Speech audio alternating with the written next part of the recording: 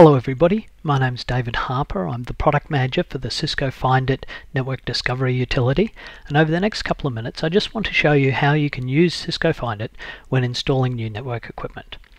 For the benefit of people who may not be familiar with Cisco FindIT, it is a plugin for the web browser. You can see here we get this toolbar with a few links here. If we click on the FindIT button here, we open up a sidebar and you can see I've got a network here with router, couple of switches, couple of wireless access points, okay, and an analog telephone adapter.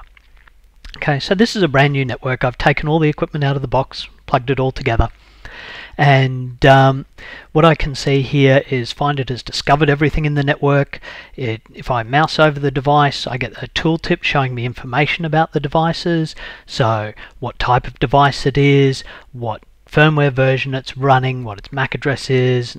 If I am having a problem and I need to log a case with the support center, I'll often get asked for the serial number. I can see the serial number directly from here, but probably more immediately useful is I can see what the IP address is. Okay, so I can double click on a device here and go straight to the web GUI and be able to log on to it without having to go and check DHCP tables and without having to log on to the router and look through the DHCP tables. Now the other thing that I can see here if I have a look is I've got these icons next to a couple of devices, and what they're telling me is that there is a later firmware version available on Cisco.com for these devices. Okay, so if I click on one of these devices now, what FindIT will do is it goes away to Cisco.com. It says there's a later version of firmware here. I accept the end user license agreement, and it starts downloading that firmware to my PC. If I mouse over the device, I'll just accept that. If I mouse over the device, it'll tell me what that later firmware version is and what my current firmware version is. In this case, it's 1.062. The latest version available is 1.074. So I've clicked on the icon to start downloading, and you can see that that file is now downloading in the background. Now this wireless access point, the firmware downloaded rather quickly because I actually had downloaded it before. If I click here, it opens up a folder. It shows me where the firmware is, and because that file was already present in this directory, what FindIT did was it just validated the checksum to make sure the file hadn't been corrupted, and since it was all in good shape, it completed the transfer immediately. Now what I can do is I'll just open up the access point, log into it quickly. Now that I've got that firmware, I haven't had to hunt through Cisco.com to find the right firmware for the right device. I can just very easily grab that update and apply it to the device.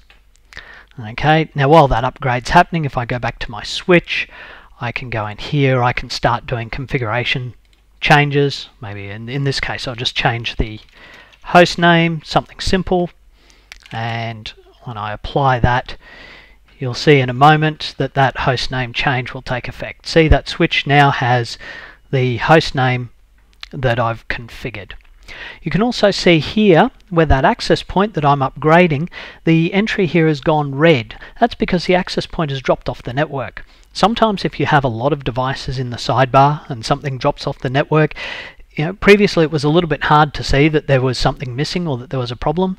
Now it's very obvious that it's dropped off the network. If I mouse over it, I can see that it's no longer on the network. It was last seen 38 seconds ago. So that gives me an idea of just how long it's been gone. Now, when the upgrade finishes, which will take a couple of minutes, but when that upgrade finishes, that entry will go back to black, when the device is seen on the network, and I'll be able to see the new version has taken effect.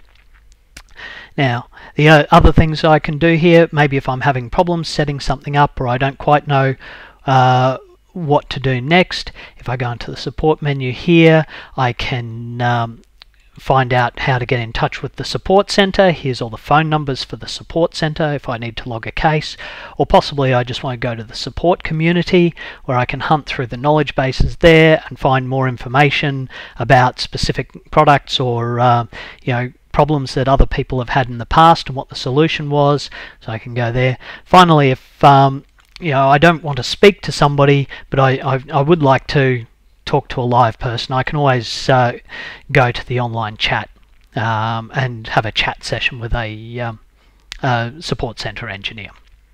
Okay, so that's about it. There's just a couple of quick things that you can use Cisco FindIT for to help you when you're installing a network. It just makes the process go a little more smoothly, and hopefully saves you a bit of time and a little bit of effort.